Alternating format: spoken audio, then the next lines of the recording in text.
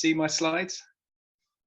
Well, welcome everybody. Thanks for joining us on this first lunchtime seminar. And for my title, I thought I'd cover a very broad topic, because I'm sure many of us who work in climate research have been asked the simple question by friends and relatives: how much hope is there? Is there any hope that climate change can be averted? And obviously that's a really big and a deep question, and one that's difficult to cover in 40 minutes and of presentation. But I guess I have the fortunate position that I've been working in this field for about 30 years now, and I've thought about this a lot over the years, and my mood has swung from optimism to pessimism and then somewhere in between. And what I'd like to try and do is give this sort of long-term view of the hopes and fears of a climate scientist, reflecting on 30 years of work.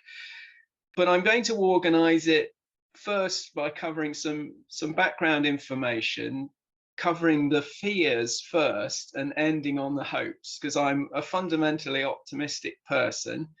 And I think it's perhaps more constructive to end on a hopeful dimension. And then I think it'd be really fascinating to hear your thoughts and reflections from your own perspectives, and in terms of what are your key concerns and your key hopes around climate change in the future.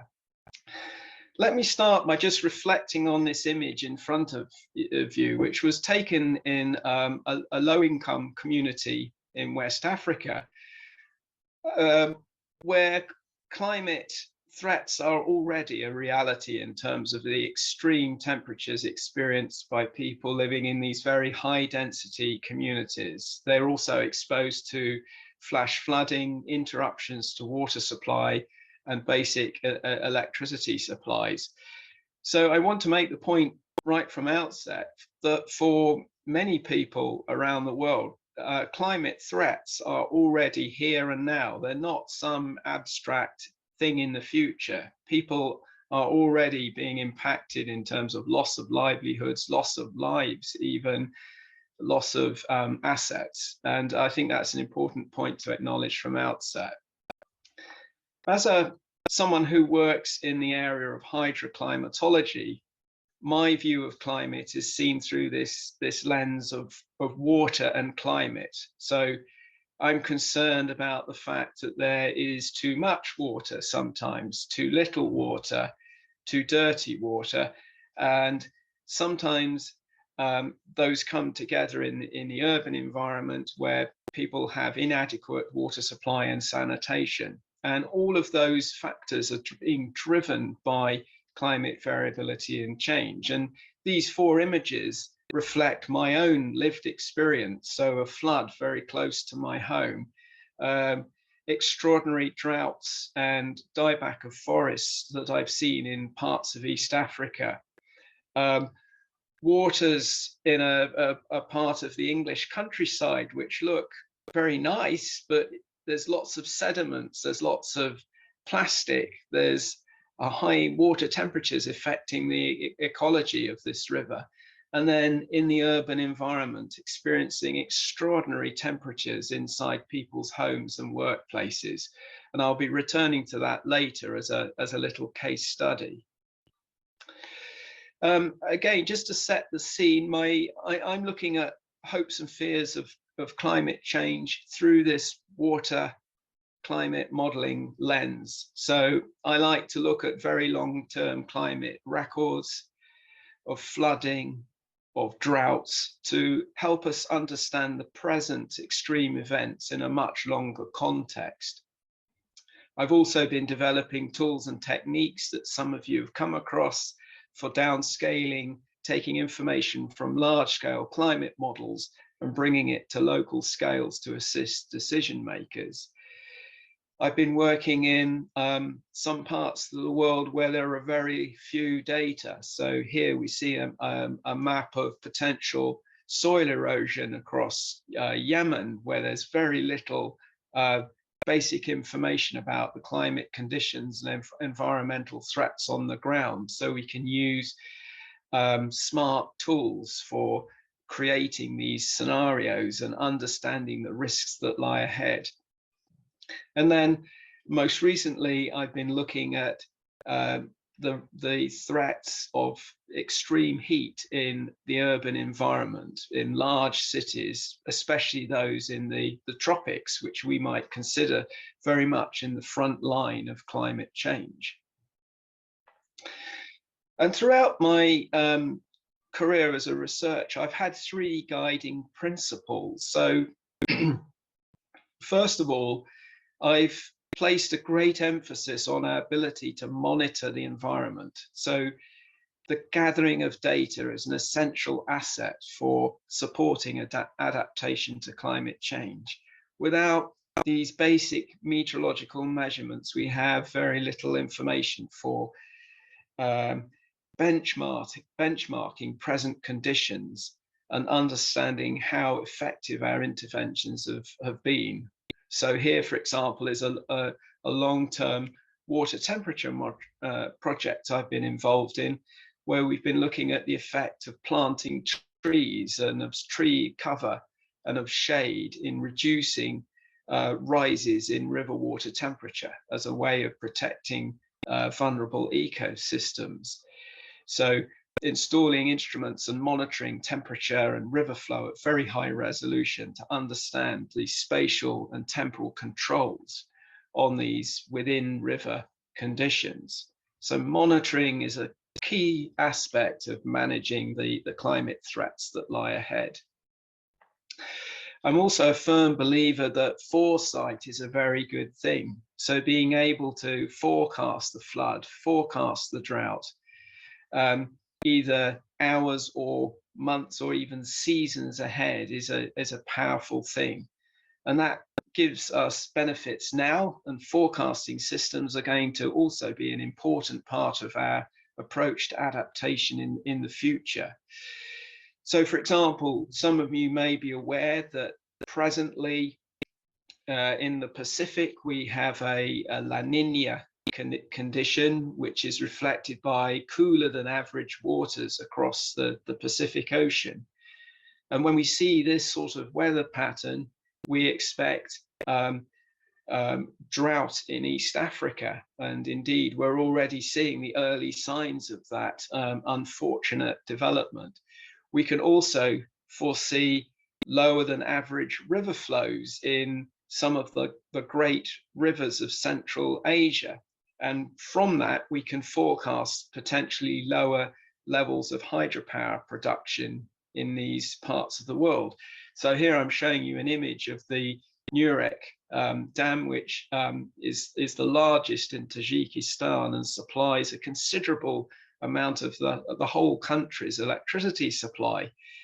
And yet we can foresee months ahead the potential impact of conditions in the Pacific on weather patterns around the world, on snow and rainfall over Central Asia, and ultimately river flows into hydropower systems in the region. And this gives us a basis for managing the amount of storage and hydropower generation with that foresight.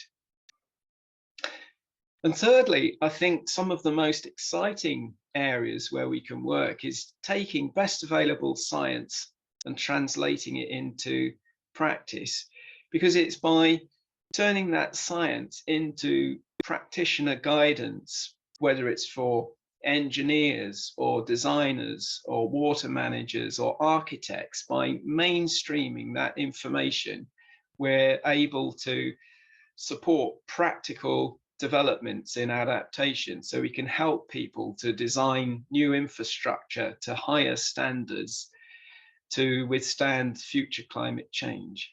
We can also help people to retrofit and upgrade existing infrastructure to contend with new threats and changing climate conditions. And I think this is a wonderfully exciting area to be working in. And so often all that is needed is literally an Excel spreadsheet where someone can plug in and play with some basic information to help them evaluate a new design option or a development strategy.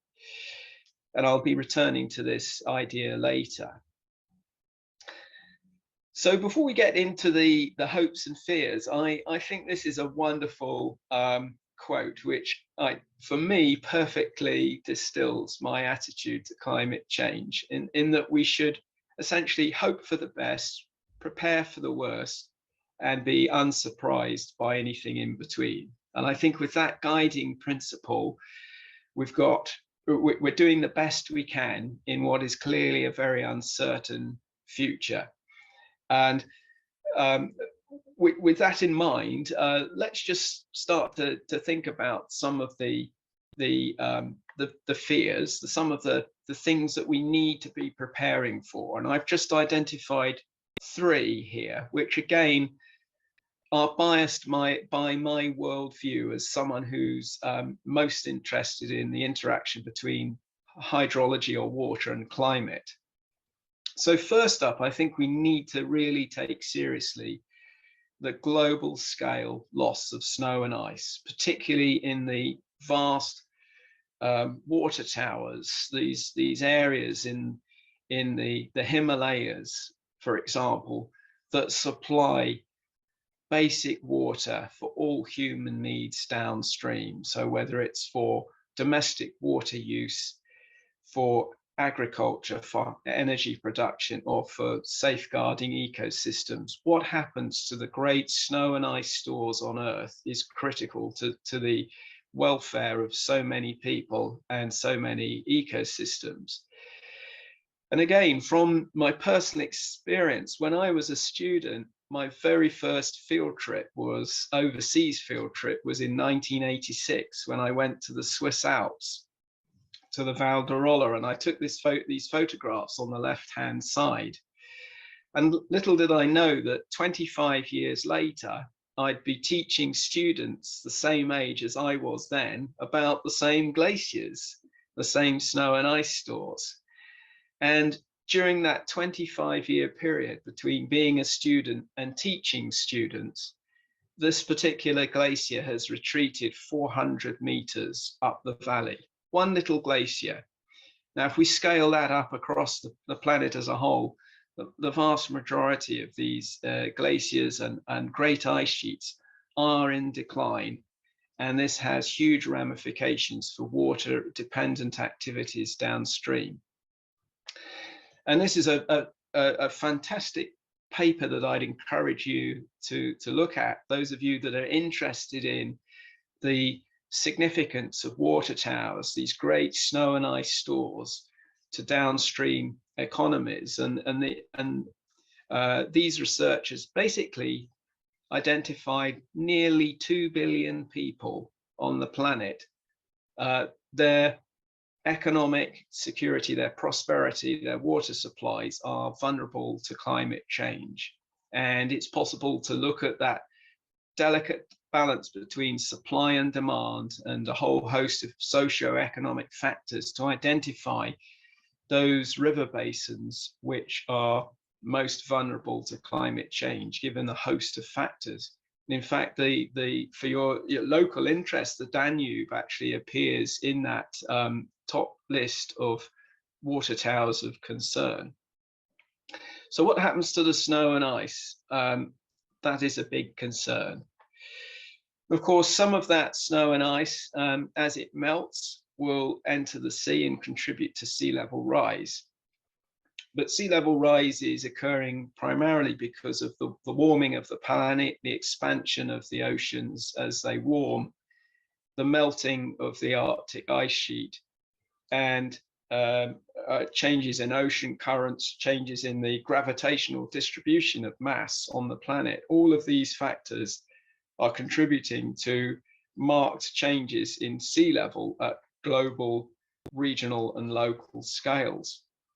But there's huge uncertainty in terms of how this will play out, denoted here by the blue and the red bars for a site in East England, where I analysed the different components of sea level rise, and you can see that uncertainty is linked to the amount of global warming, the amount of Arctic ice sheet melt, and the storminess at the local scale, as affecting storm surges and temporary very high levels of seawater impacting these areas.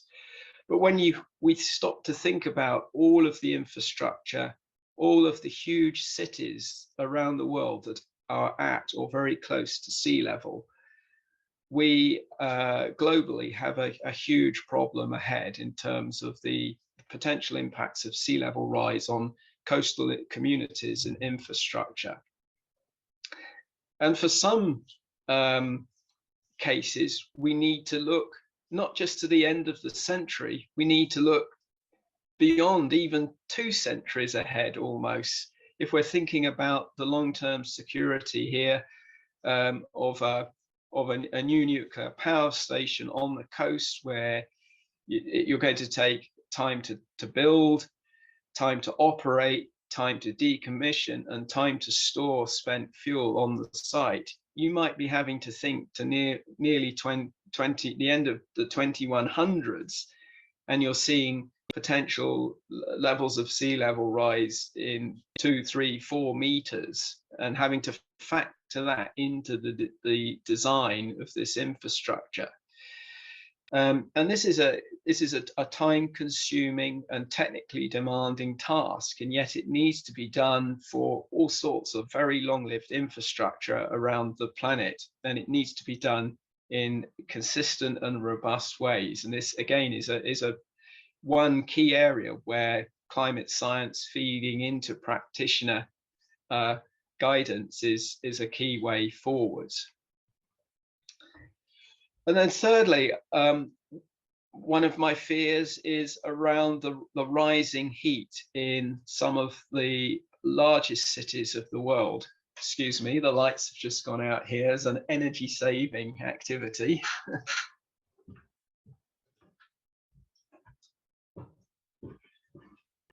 There we go, back again. So across the tropics, even under present conditions, the combination of heat and humidity is already at very dangerous levels.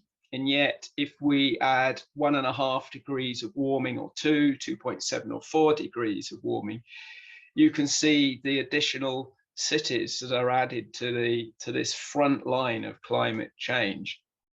And many of those cities are located in Southeast and East Asia and in the tropics, West Africa and so forth.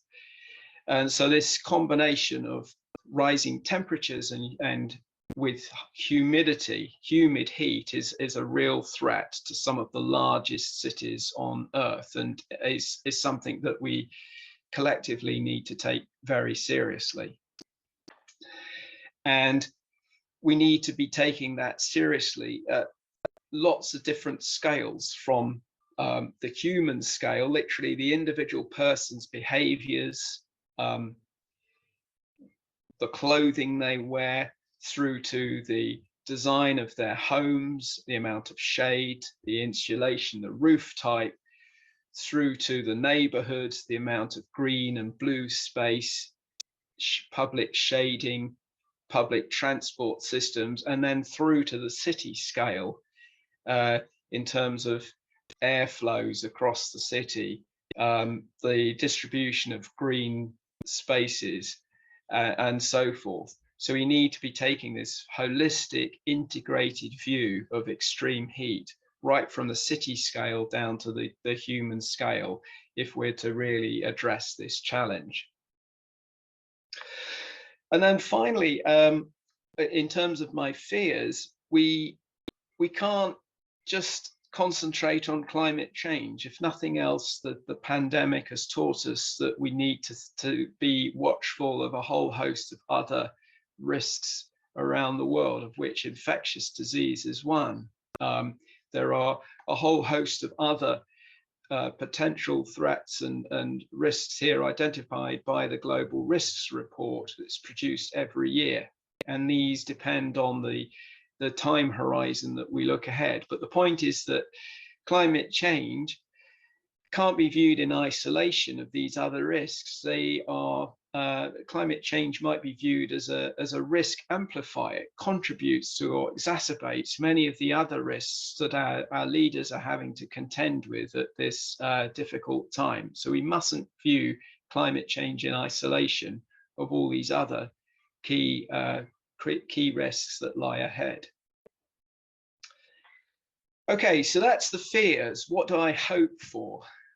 I hope that ongoing negotiations between governments and our leaders will curtail global emissions, that we will keep the amount of emissions and greenhouse gases in the atmosphere to a level where we can avoid some of the most serious tipping points in the climate system, which are shown here. So we want to avoid large-scale permafrost and tundra melting and the release of methane and other gases through forest fires and so forth, exacerbating climate change. We want to avoid the whole-scale dieback and release of carbon from the Amazon rainforest. We want to avoid massive changes in ocean circulations.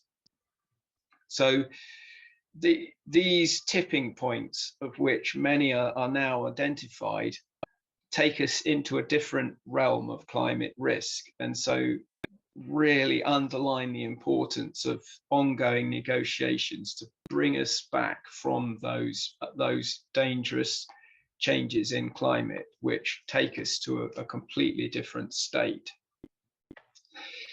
I'm hoping also that with climate action to drive down emissions and to adapt to climate change, we also recognize that there's still considerable need globally for socio-economic development. And if we just look down the 17 Sustainable Development Goals, you can see how each one of them has a climate mitigation and a climate adaptation dimension. So again, my hope here is that we can achieve reduced greenhouse gas emissions, we can achieve higher resilience to climate threats, and we can achieve development in all of these areas, recognizing that there are going to be potential trade-offs. So for example, if we're looking to protect and restore water-related ecosystems, on the one hand, that can give us benefits in terms of ecosystems, goods and services that can help us be more resilient to climate change. But on the other hand, large-scale renewable schemes can have an adverse effect on aquatic ecosystems. So there's a trade-off as well as synergies there that we need to recognize going forwards. And as I mentioned before, in terms of the heat, my hope is that we move to a place where we have more resilient human natural systems. So that means that we need to move forward on multiple fronts in terms of strengthening public health, improving the quality of housing, having integrated infrastructure, sustainable livelihoods, and social protection measures to look after the most vulnerable people in society. And we need to be doing all of this, as I say, whilst adapting to climate change and mitigating climate change. Now, just in the sort of the last 10 minutes or so, I'd like to just flesh out some of these points with a case study here, looking at extreme temperatures. And if we look at the map here, which shows global hotspots of outdoor, and I stress outdoor humid heat, where you see the light blues, the greens, the yellows and oranges, these are the locations where humid heat is already approaching or at or above dangerous levels. And once again, it emphasizes the fact that Southeast Asia and the tropics are very much in the front line of this heat-related hazard. But a project I've been involved in for the last couple of years has been looking at how to adapt to extreme heat in low-income communities of West Africa. And we've been looking specifically at communities within 2 cities of Ghana, Tamale in the north and Accra in the south, and thinking about what are the affordable measures that people can implement on the ground to adapt to extreme heat. What can be done now to improve people's well-being, their livelihoods and their health, despite the extreme temperatures that are already being experienced.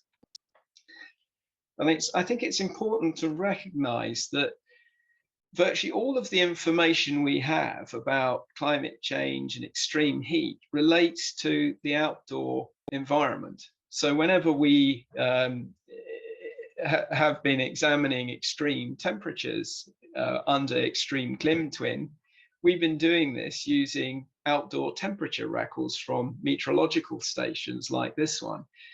And indeed, this is the information that is used to evaluate and compare with climate models. But of course, where we spend much of our time living, working and sleeping is indoors. So what really matters is what are the extreme temperatures inside our homes and workplaces. And that's exactly what we've concentrated on in this project in Ghana, where we installed over 100 tiny tags, these little thermistors, the yellow devices that you can see in the photograph here, inside people's homes, outside, to compare the outdoor temperatures with the indoor environment. And we documented lots of information about the building type, the roof type, ceilings, the wall material, the size of the building, the number of occupants, the type of activity, and so forth. All of this information was gathered, and we've kept the devices running for a couple of years now, and we have over 3 million data points to analyze all of those different factors to understand empirically what is going on inside people's homes during extreme temperature events. And here, this just gives you a sense of the conditions that we have already recorded. So in a large multi-story building, we might find indoor temperatures reaching about 32 or 33 degrees Celsius. But in some living rooms, single-story, single-room structures, people are encountering temperatures of 45 degrees Celsius or more. And even within more modern homes created from breeze blocks with metal roofs, indoor temperatures can exceed 44 degrees Celsius. And just for comparison, you can see that the temperatures recorded at the official site in the case of Tamale were 41 degrees. So that's high. That's obviously a very high temperature, but we're completely underestimating the true temperature experienced by people in some homes and workplaces. And here is some data that we gathered inside a maternity ward and a children's ward, where the black line shows the temperature at night, during conditions at the official weather station. The red and the blue lines are for the maternity ward and the children's ward. So you've got the outdoor temperature in the black and the indoor temperature in the red and the blue. You can see that during the peak of the temperatures, indoor temperatures in these wards are approaching 36 degrees Celsius and seldom drop beneath 30 degrees Celsius at night during this particular heat wave. So clearly people are experiencing extraordinary conditions in these wards. And this is before we factor in future climate change. This is here and now. That's the other sort of quite shocking thing about these types of data. So you can see here from these images the different types of building type: traditional, mud with thatch roof, low-income communities which may have wooden walls and metal roofs, modern homes with breeze block and metal, larger older buildings, multi-story homes with shade from vegetation, and then other communities with much denser development and no natural shade. And we took all of the information from these different locations and the internal temperatures, put them into the statistical model to then evaluate the relative effect of a whole host of different factors on the indoor conditions. And the results of this study reported in the paper shown here in the link, and I believe we'll be able to share the slides afterwards, and you just click on the blue link and it will take you to the paper. But here we basically found that we put all of that information into the mix, and the two most important things that a resident can adjust to manage the internal temperature are the roof materials and a type of ceiling insulation within the home.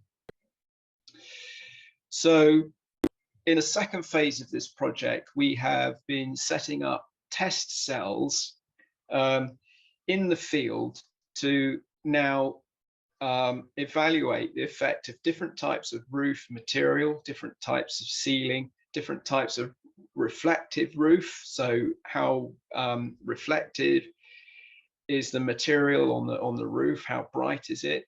And looking at those alongside other factors such as the amount of ventilation to evaluate what are the most effective measures that people can take to minimize temperatures within their homes, and importantly, crucially, in affordable ways.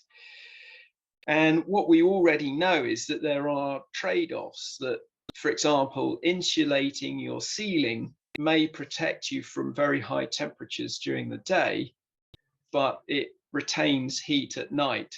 So your comfort and your ability to sleep well in that same home may be diminished by the insulation. So when thinking through these retrofit and adaptation measures, we need to again consider potential trade-offs between the benefits during the high temperatures of the day versus the maximum temperatures at night, which is most important for managing. So there we go, a very quick tour through some of my personal hopes and fears and reflections. Again, looking at the issue of climate change through a hydroclimatic lens. And my closing three remarks are really that there are significant climate risks ahead, but we can't look at these in isolation. We really need to take a nexus-based approach. So we need to look at the link between climate, water, food, energy, and biodiversity. We need to take this more holistic, joined up way to find holistic, joined up solutions, whether it's at the household scale, the scale of a new piece of infrastructure on the coast, or a whole city scale. We need to be trying to think about this in an integrated way. I hope I've also given you a sense that we can look at those communities that are already on the front line of climate change. And in my view, these are communities that are downstream of and depend on the great snow and ice stores of the earth. They're the communities that live in the mega cities that are at or very close to sea level in the coastal zone, and in these huge cities in the tropics that are growing very rapidly, are already exposed to extraordinary humid heat, and with further growth and further climate change are expected to encounter even more hazardous temperatures in the future. And to end on the point of optimism, I think, you know, why are projects like EXtremeClimTwin so important? Because we're hoping to do, and we're striving to do, basic research that will ultimately be translated into guidance for practitioners, for planners, and for people. Like, for example, the Ghana case study. How we can translate science into practice, I think, is a huge opportunity, and one that I encourage us all to think of. And with that, I'd like to thank you for your kind attention, and I'd really be interested to hear from those of you that are on the line what your hopes and fears are. Perhaps I've missed a really big hope, or I've missed a really big fear, but back to you, Biljana. Yes, thank you, Rob. Thank you for this inspiring talk. And yes, my hopes are similar to yours. I hope that we will be able as humans to change our behavior and to do better in the future than in the past, than we did in the past. And hopefully we will keep that global warming under the 1.5 degrees. So we will see how it will work out. I would like first to ask anybody has any question, comment? We are really open to your opinions. We have 23 people online. And Sophie, please, yes, you raise your hand. So. Yes, first, thank you very much, Rob, for the talk. It was very nice, very interesting, and also very nice to see, I mean, the different connections you have with the work we do at Cicero, because there are so many connections on climate change and health, for example, but also for me on Central Asia, because I work on Central Asia and I have a specific interest in Tajikistan. So it's yeah. So I was wondering if you could talk a little bit about the study you've done in Tajikistan, actually.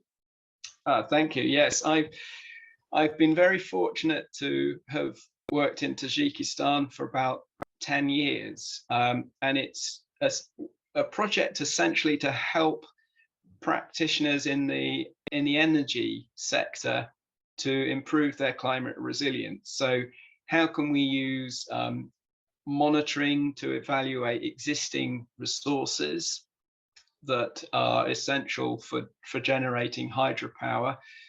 How can we use climate model information to project future changes in snow and ice and rainfall and meltwater, and what those mean for long-term planning of new infrastructure or upgrading existing infrastructure?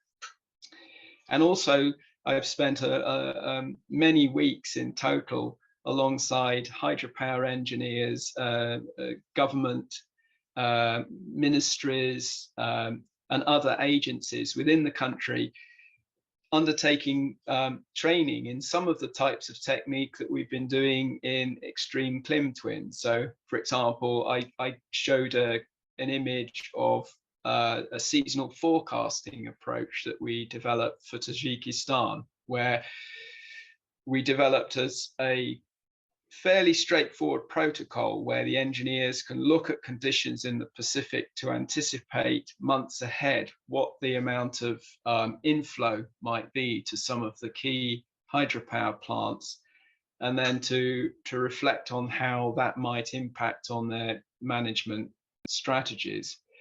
So it's been a wonderful experience in terms of collaborating with the guys in Tajikistan, deepening my understanding of the real issues that they have to deal with, but also, sharing some of the scientific insights that we have gained through the research literature and the research activities. And some of this work has actually had a tangible impact in terms of actual investments in upgrading of turbines. And in one particular plant I'm thinking of, where we looked at the climate change projections, and the investors weighed up what was the smartest way of step by step upgrading and retrofitting the existing infrastructure to contend with the uncertain future inflows to these hydro plants. So it's a fascinating part of the world to work. But I think many of the issues that people are facing in Tajikistan apply to lots of those other water towers of the world, where energy, water, agriculture, and domestic water use all hinge critically on what will happen to these great snow and ice stores in the future. So that's why I put that at number one in my list of concerns. Yeah, I agree. So yeah, we are actually working at Cicero on 2 different papers on climate change in Central Asia. Yeah, so yeah, I might share it with you if you're interested. Yes, please. Yeah, please share that information with me. I'd be very interested. And the other thing, just a comment, because also at Cicero with Anton Orlov, we are working on papers on the impact of heat stress on worker productivity. So actually outdoor effect of heat stress. And yeah, we also have just published a paper on that.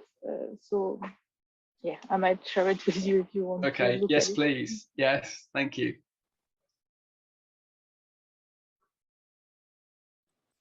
Okay, anybody else would like to comment or share their thoughts?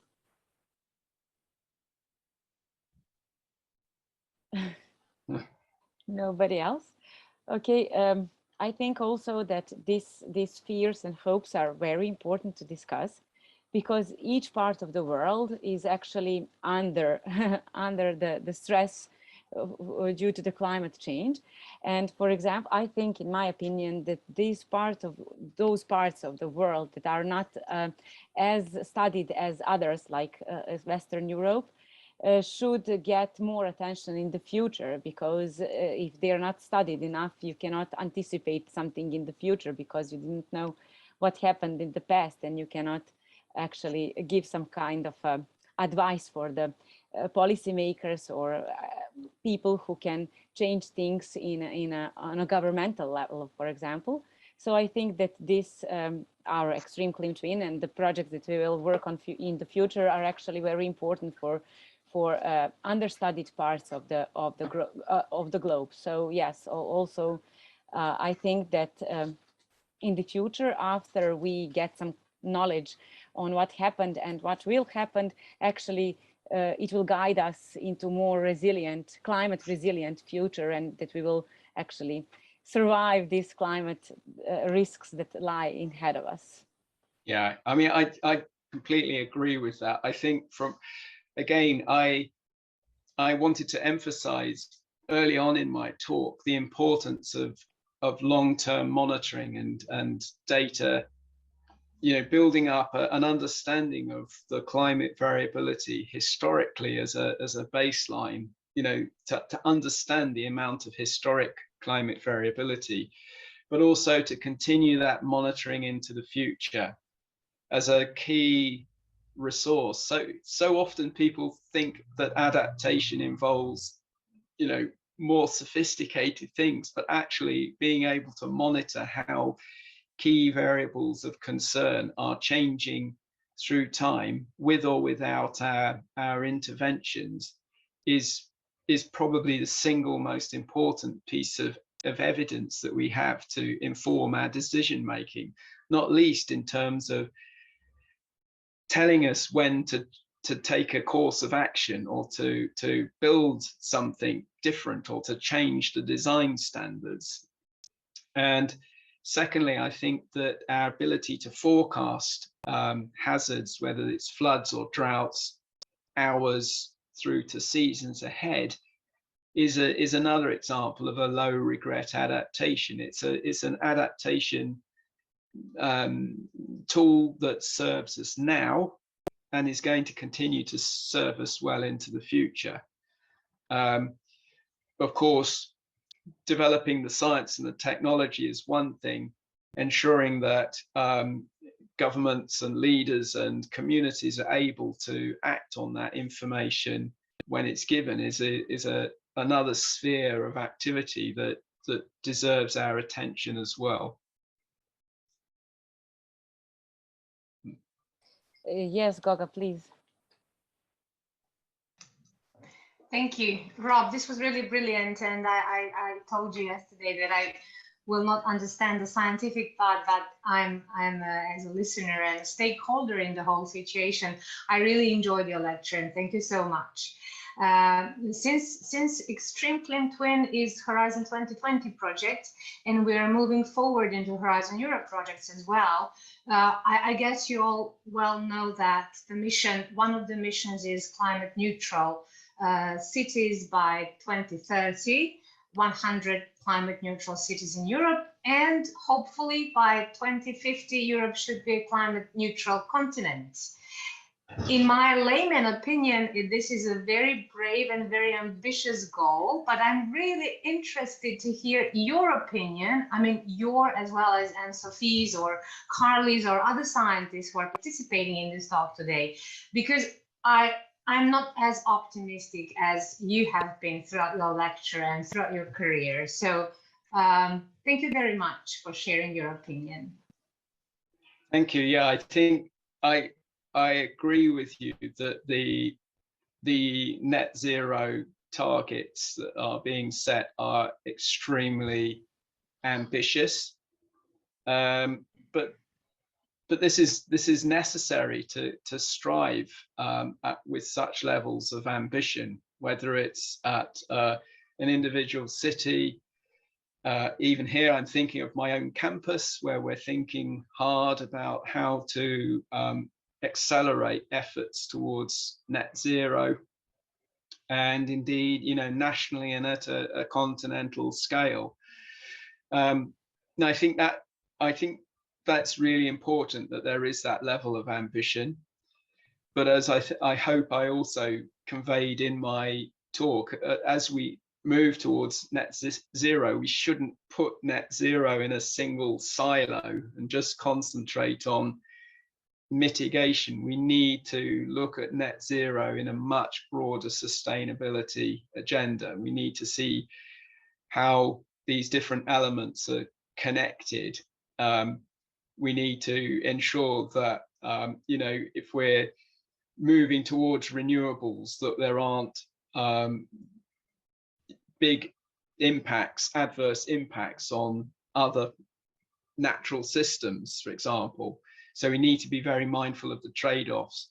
And also globally, I think we need to be doing all of this, looking at it through a development lens as well. How do we ensure that those communities that have much less than us around the planet also get what they need, as well as us all collectively moving towards lower emissions? So that's that, in a sense, Goga, that adds even more to the level of ambition to achieve development at the same time as driving down emissions and improving resilience. But I think the important first step is having that connected view, recognizing that these elements shouldn't be addressed in isolation, but should be approached in concert, I think is an important step.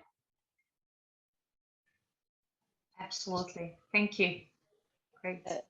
Thank you very much. We have one question in the chat. Milica is asking, do policymakers in UK listen to climate scientists like you? How much can you actually help with your experience as a scientist in your country? Yeah, in the UK, we have the Climate Change Act, which requires the UK government to undertake every 5 years a national climate change risk assessment, and on the back of that to then revisit and strengthen our national adaptation plan. And also the Act requires the government to be held to account in terms of our greenhouse gas emissions. So we've now had 3 cycles of the National Climate Change Risk Assessment, and we're now waiting for the 3rd iteration of the National Adaptation Plan.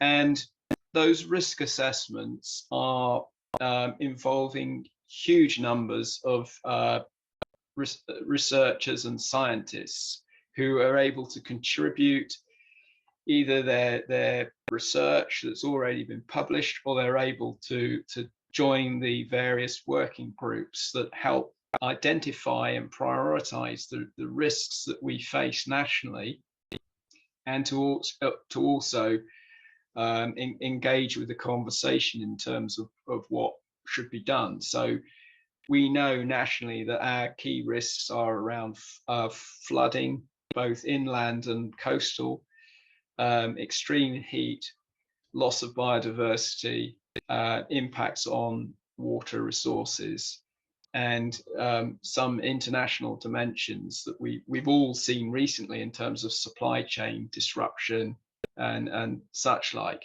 So the risks are well known, and scientists like myself have had a huge amount of opportunity to engage with that process, and it's always nice to see when your points of view or ideas are reflected in the official documents that come out of it.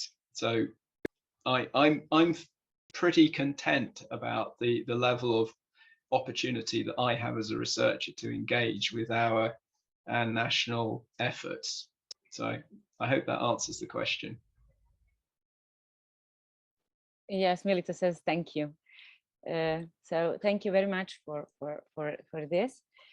Also, I was shocked with the numbers that you showed for Ghana. These are really high numbers for living room, for sleeping rooms, and this is really something that is for me, just looking at it, quite stressful. I can imagine living there and living in those those conditions. I was just wondering, when you presented the results to the public, did, for example, what kind of adaptation measures can they, as a low, underdeveloped country, how can they respond to these numbers and to these conditions? How can they, for example, change something? Well, that's exactly what we're trying to, having phase 1 was about gathering the evidence about how extreme are the temperatures inside people's homes and workplaces, and what are the factors that influence those internal temperatures. That was phase 1. Phase 2, which arguably is super important, is what are we going to do about it? What can be done to improve these conditions? And that's why we are constructing these test cells where we can change the types of roofing material, the ceilings, the ventilation, and other things, the amount of shade, to see what adjustments can be made and what the impact of those are on the internal temperatures under controlled conditions. So, for example, around the world, there's been a lot of interest in the use of super reflective paint going on roofs to reduce the energy gain of the building by reflecting more energy back. And that's a relatively low cost thing to do, but it's something that you would have to do repeatedly, because in dusty and arid environments the paint can be soon discolored. So there's some of these practical concerns. Likewise, saying just improve the amount of ventilation in someone's home might seem like a good idea on one level, but you need to factor in the very poor air quality in some of these large cities that we're thinking about. Also the risk of disease from mosquitoes and other pests. So there's always multiple factors that you need to consider: the cost, the wider health dimensions, the security dimensions, aspects of fire hazard and so forth. So it's much more complicated than you might think, but we are working with the local communities to evaluate these different types of measure, and to try and find things that are practical and affordable in different types of community. We have also another question here, then I will ask another one. Was this year in Tamale a relatively warmer year when you did measurements, or are those temperatures normal? Maybe repeat the measurements, but only in the white painted houses. Yeah. Unfortunately, I haven't been able to get to Ghana since March 2020. But the temperatures that I presented here weren't particularly unusual. There's a very marked hot season in February and March, and then when the rains come in April, that reduces the temperature. So we're now approaching the hottest time of the year. But the values that I presented here were recorded in a not particularly hot year when we look at the long-term record. So those long-term records do show that the maximum day and nighttime temperatures are rising quite rapidly across Ghana. That we know for sure. So the likelihood of these types of temperatures is increasing with time, and we're likely to see new records if the current trajectory continues. Yes, thank you. I think that those kind of research that you did in Ghana are very important, because this is just one community, and there are a lot of other communities that are in danger, let's say, as well, of the humid heat, but also in other parts of the world, in equatorial parts, or in lowland and coastal zones. And a few days ago, I was watching a documentary where they actually explained the term climate refugee.